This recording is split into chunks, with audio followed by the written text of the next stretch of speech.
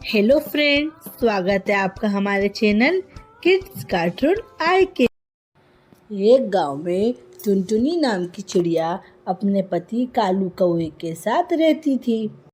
टुनटुनी चिड़िया बहुत ज़्यादा ही अपने दोस्तों के साथ रहने वाली चिड़िया थी।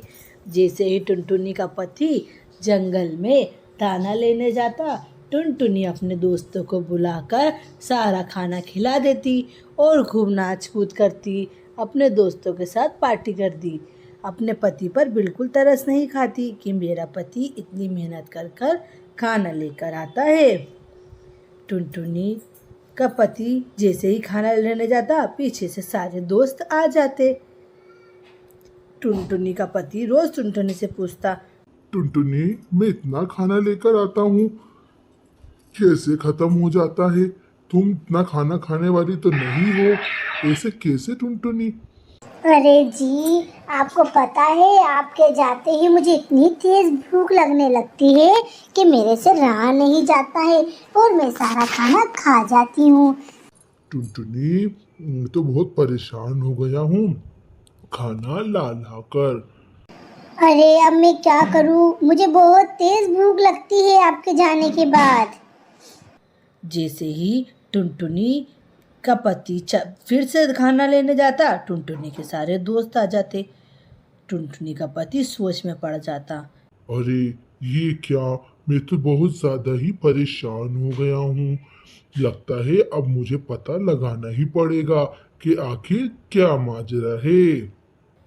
उधर टुनटुनी अपने दोस्तों को बुलाती, इधर कालू कौवा एक खबरी अपने घोंसले के पास बिठा देता।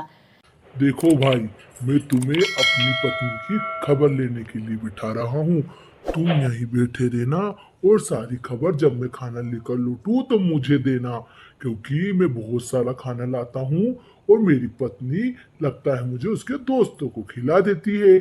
हाँ ठीक है, पर इसके बदले तुम मुझे क्या दोगे? अरे भाई, तुम बेटे बेटे केवल मेरे घोंसले का ख्याल रखो, मैं तुम्हें पेट भर दोनों टाइम खाना दूंगा। ठीक है फिर। टुनटुनी अपने दोस्तों को बुलाकर सारा खाना खिलाने लगती है और कौवा खाना लेने दूसरे जंगल जाता है। ये सारी खबर खबरी देख लेता है। जैसे ही कालू कौवा आता है, पूरा एक जैसा ही होता है, वैसा की वैसा कालू कौवे को बता देता है। क्यों टुनटुनी, मेरे जाते ही तेरे सारे चारों पांचों दोस्त यहाँ आ जाते हैं और तू खूब नाच गाना करती है और सारा खाना उनको खिला देती है। नहीं नहीं, ये तो झूठी बात है, आपको किसने बताई? अब देख, मैं फिर से खाना लेने जा रहा हूँ और अगर मुझे कोई गलत खबर लगी तो मैं तेरे को इस घोंसले से बाहर निकाल दूंगा टुनटुनी, और दूसरी चिड़िया से शादी कर कर ले आऊंगा। ठीक है। जैसे ही कालू कौवा जाता है, टुनटुनी सोच में पड़ जाती है। आखिर इनको पूरी बात किसने बताई? जरूर कुछ न कुछ बात है। उधर से टुनटुनी फिर अपने दोस्तों को बुला लेती है। फिर कालू कौवा आता है, फिर उसको खबरी सारी खबर बता देता है। फिर कालू टुनटुनी के पास जाता है। टुनटुनी, फिर से तेरे दोस्त आए थे और तेरे दोस्तों में सबसे पहले वो कालू कौवे ने नाचना शुरू करा था और फिर तू भी बहुत ठुमके लगा रही थी। अरे जी, आप झूठ बोल रहे हो, मैं झूठ नहीं बोल रही हूँ। मैंने कोई खाना किसी को नहीं खिलाया है। ऐसा कह के टुनटुनी और कालू कौवा सो जाते हैं। कई दिन गुजर जाते हैं। टुनटुनी का पति फिर से खाना लेने जाता है, पर इस बार वो बहुत चालाकी करता है। खबरी टुनटुनी के पति कालू कौवे को कहता है, कालू भाई, आप एक काम करिए, आज खाना लेने मैं जाता हूँ और आप यहाँ बैठिए और नज़ारा देखिए कि आपकी पत्नी कैसे सब दोस्तों को बुलाकर खाना खिला देती है। हाँ खबरी, ये बात तो तुम सही बोल रहे हो। खबरी, तुम खाना लेने मत जाओ, क्योंकि तुम्हारी आड़ में ही तुम्हें खड़े होकर देखूंगा, वरना अगर टुनटुनी की नजरें इतनी शातिर है, मुझे देख लिया ना तो वो तुरंत अपने दोस्तों को भगाकर मुझे झूठा साबित कर देगी। हाँ, तुम सही बोल रहे हो। ऐसा कहकर वो खबरी के पीछे छुप जाता है और जैसे ही छुपता है देखता है माजरा के टुनटुनी अपने सारे दोस्तों को बुलाकर बहुत तेज तेज नाच गाना चालू कर देती है और सारा खाना खिला देती है। जैसे ही सब खाना खाना चालू करते हैं तुरंत कौवा आ जाता है। वाह रे टुनटुनी वाह, ये माजरा था, तूने तो मेरी आंखों में बहुत धूल झोंकी। अरे अरे, ये तो आज ही आए हैं और ऐसे में कोई अपने घर से भूखा जाएगा तो आपको अच्छा लगेगा। अरे अरे टुनटुनी, तेरी सारी खबर मुझे है, तुरंत इस घोंसले से बाहर निकल जा, वरना मैं तेरी अकल ठिकाने ला दूंगा। अरे आप मुझे माफ कर दीजिए, आज के बाद मैं अपने दोस्तों को नहीं बुलाऊंगी। तुझे बिल्कुल भी मेरे ऊपर तरस नहीं आता टुनटुनी कि मैं इतनी मेहनत करता हूँ और तू सारा खाना इनको खिला देती है? तू तो बहुत बेकार पत्नी है। हाँ, मुझे माफ कर दीजिए, आज के बाद ऐसा नहीं होगा। कौवा टुनटुनी को माफ़ कर देता है और वो दोनों फिर से खुशी खुशी रहने लगते हैं। तो फ्रेंड्स, कैसी लगी आपको हमारी कहानी? अगर एक जंगल में सारे पक्षी मिलजुल कर रहते थे। वो सारे पक्षी एक दूसरे का बहुत अच्छे से ख्याल भी रखते थे। एक दिन उस जंगल में एक खूंखार चील आ जाती है जो एक एक करके सभी पक्षियों के बच्चे ले जाती है।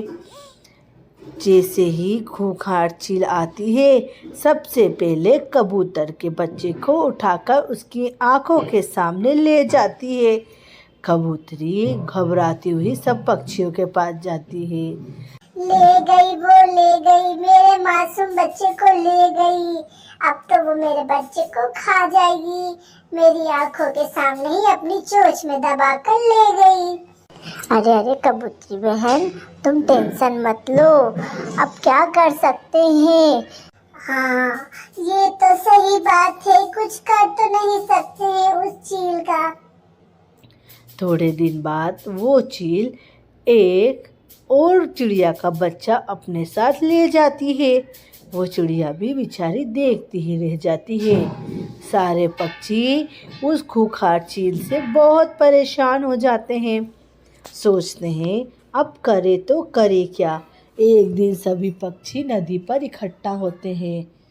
अरे क्या करे, अब तो खूंखार चील ने बहुत ज़्यादा ही परेशान कर लिया है।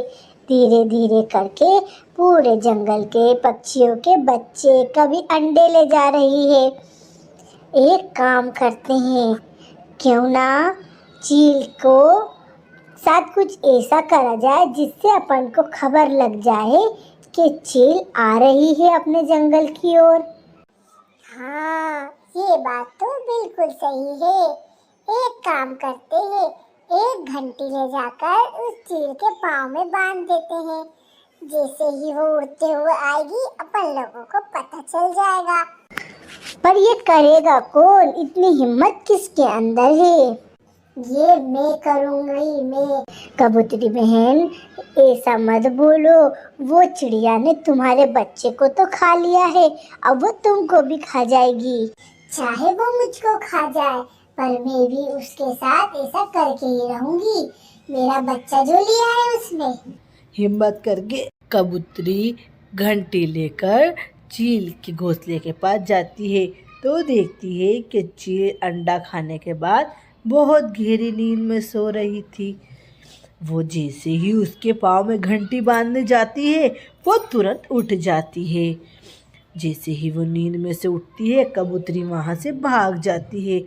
बचाओ दोस्तों, बचाओ। आज तो मैं अपनी जान बचाकर आ गई, वरना चील मुझे खा ही जाती। मैं तो जैसे तैसे अपनी जान बचाकर आई हूँ, पर घंटी उसके पाँव में नहीं बांध पाई। वो घंटी लेकर चील जंगल की तरफ आती है और तेजी से पुकारती है, ये जो चाल तुम पक्षियों ने चली है ना, इसमें तुम पास नहीं हो पाओगे और मेरा कुछ भी नहीं बिगाड़ पाओगे। तभी सारे पक्षी घबरा जाते हैं। दूसरे दिन जैसे ही सवेरा होता है सारे पक्षी फिर आपस में बात करते हैं कि खूंखार चील आज फिर आएगी, अब क्या करा जाए। तो सारे पक्षी कहते हैं, अब बारी बारी से सब एक पहाड़ पर बैठ जाते हैं और जैसे ही वो अपने जंगल की तरफ आएगी अपन हल्ला मचा देंगे तो सारे पक्षी छुप जाएंगे। एक एक करके बारी बारी सब पक्षी रोज ऐसा करेंगे। सारे पक्षी वैसा ही करते हैं जैसा प्लान बनता है। रोज जाकर पहाड़ी पर बैठ जाते हैं और जैसे ही चील आती है हल्ला मचा देते हैं तो सारे पक्षी छुप जाते हैं। कई दिन तक ऐसा ही चलता रहा। चील भूखी जंगल से वापस चली जाती थी। एक दिन टुनटुनी के दिमाग में एक ख्याल आता है। दोस्तों, मेरे पास एक आईना रखा है, क्यों ना वो आईना मैं अपने जंगल में लाकर रख दूं और जैसे ही चील आएगी वो सोचेगी ये तो कोई दूसरा पक्षी है। वो चोंच मारेगी जैसे ही कांच में जाके वो जख्मी हो जाएगी। फिर अपन दूसरे तरफ से उसके ऊपर हमला कर देंगे।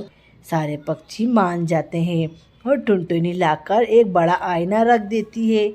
चील भूखी प्यासी आती है और आईने में खुद को देखकर सोचती है, अरे मुझे तो खाना मिल नहीं रहा है और तू पहले से यहाँ तैनात है। फड़फड़ाती हुई चील उस कांच पे अपनी चोंच मारती है। जैसे ही उसकी चोंच टूट जाती है और वो जख्मी हो जाती है और छुपे हुए सारे पक्षी पत्थर से उस पे वार करते हैं जिससे वो मर जाती है। सारे पक्षी बहुत खुश होते हैं और फिर से खुशी खुशी रहने लगते हैं।